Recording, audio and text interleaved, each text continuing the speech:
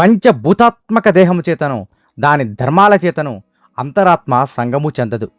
జలోవాపి స్థలేవాపి లుటత్వేష జడాత్మక నాహం విలిప్యే తద్ధర్మై ఘటధర్మైర్న యథా.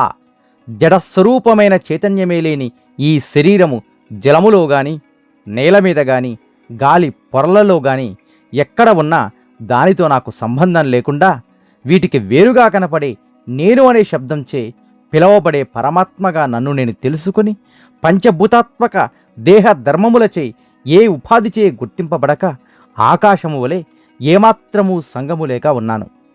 అసంగోహ్య మనాశుభ్ర, అసంగము మనోతీతము శుభ్రము అయినది ఆత్మ అని శృతులు వివరిస్తాయి. ఈ దేహము చైతన్యముతో కూడి చెలిస్తుంది. చైతన్యము లేకున్నా జడమే. ఈ శరీరము ఆత్మ కన్నా వేరే ఉంది. ఆత్మ చైతన్యాత్మకము అయినందున అది జడము కాదు, శాశ్వతమైనది. దేహము దహింపబడినది, షడ్వికారములకు లోనై చివరగా శిథిలము అవుతుంది కాబట్టి శరీరం అయ్యింది. అలాంటి శరీరము జలములో మునిగిన, భూమి మీద ఉన్న, గాలిచే ఎండిన, అగ్నిచే దగ్ధమైన నేను అసంగుడను కాబట్టి నాకు ఏమీ సంబంధము లేదు. ఆకాశము శూన్యమై తోస్తున్న పరమాత్మ వలె విలక్షణమైనది.